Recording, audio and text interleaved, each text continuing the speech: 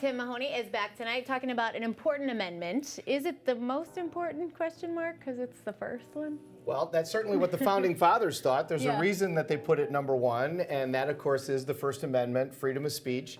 And they did think it was the most important, and that's why they put it number one. So let's, obviously with Jimmy Kimmel coming back on the air last night, this is resurged itself as another conversation, which is a good thing. We should continually be having conversations about this amendment and the other amendments. So let's remember what we're talking about. So there's 5 protections in the First Amendment. Speech, we know that one. Press, we got to remember that. Peaceably assemble, religion, and to petition the government for grievances and redress, right? Okay. So, some clarifications on that with speech. Remember, this is government censorship. It's not individual censorship. It's a government action. Press, remember, we always protect news and opinions. Those two things, and there's certain things that the Supreme Court has been unbelievably consistent on. One of the big ones we're going to talk about today. Peaceably assemble and protest, and obviously you've got to do that within certain parameters, and that's something else that we're going to talk about. Religion, it's protected that you get to do your own religion. But it was also, very much discussed that everybody's religion is protected and there is no national religion. Sure.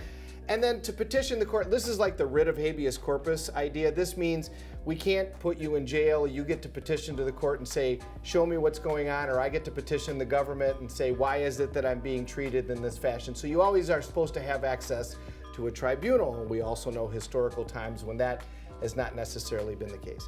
So those are the 5 basic protections. Now, we know that they're not absolute. You don't get to just say anything. There's certain restrictions to this. Number one, we talked about it's got to be done by the government. If it's not done by the government, then it's not a First Amendment issue. Anytime you're talking about amendments, you're talking about government action. Like the freedom of speech not being absolute. Defamation, you don't get to defame, you don't libel, those things are, and it's always going to be a balancing test as to what that means and when that is, depending upon who's the person who's being defamed or who's liable against. You don't get to say things like fire in a crowded theater. You know, that's one of the first examples. Everybody nods their head when they hear that. You guys are all nodding your heads. Because we all know that there are limitations. Just because you have a freedom of speech doesn't mean you have an absolute freedom of speech. So now let's talk about Jimmy, because this is one of those areas that comes up because of the nature of the speech. And this would qualify as what's called political satire.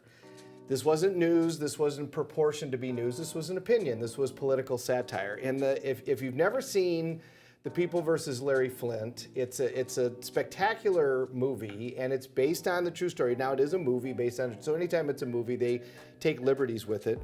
But the case is Hustler Magazine versus Jerry Falwell. And Jerry Falwell came out as a huge critic and Hustler Magazine, and Larry Flynt. Hustler Magazine was banned in many areas of the South, and he got himself arrested on purpose in order to try to assert his First Amendment rights with regards to that. Ultimately, he was shot on his way to court and paralyzed.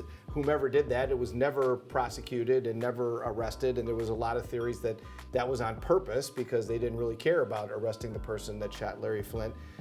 But ultimately then, Jerry Falwell led a lot of this, along with somebody else who ended up to be a significant part of U.S. history. It was the guy that caused the savings and loan crisis, also was one of the people that led the charge against Larry Flynt.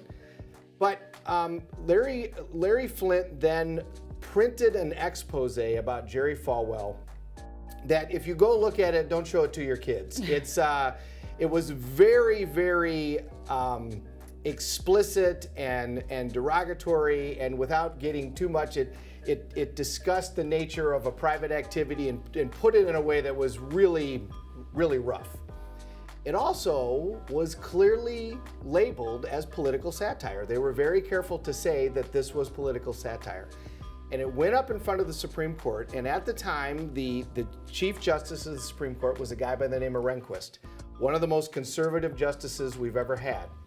And they did the argument, and you should, the movie depicts this part really, really well, because they line by line redid the argument that was had in front of the Supreme Court and was done by Jerry Falwell's attorney.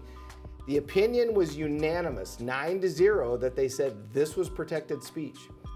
It shocked the conservative right considerably, but one thing to remember when we talk about Supreme Court judges, we talk about conservative and liberal judges, and those we talk about them in the wrong way. The labels for those when it comes to Supreme Court judges aren't the same as the labels for those that get elected. So we try and put the same kind of, but that's a square peg in a round hole.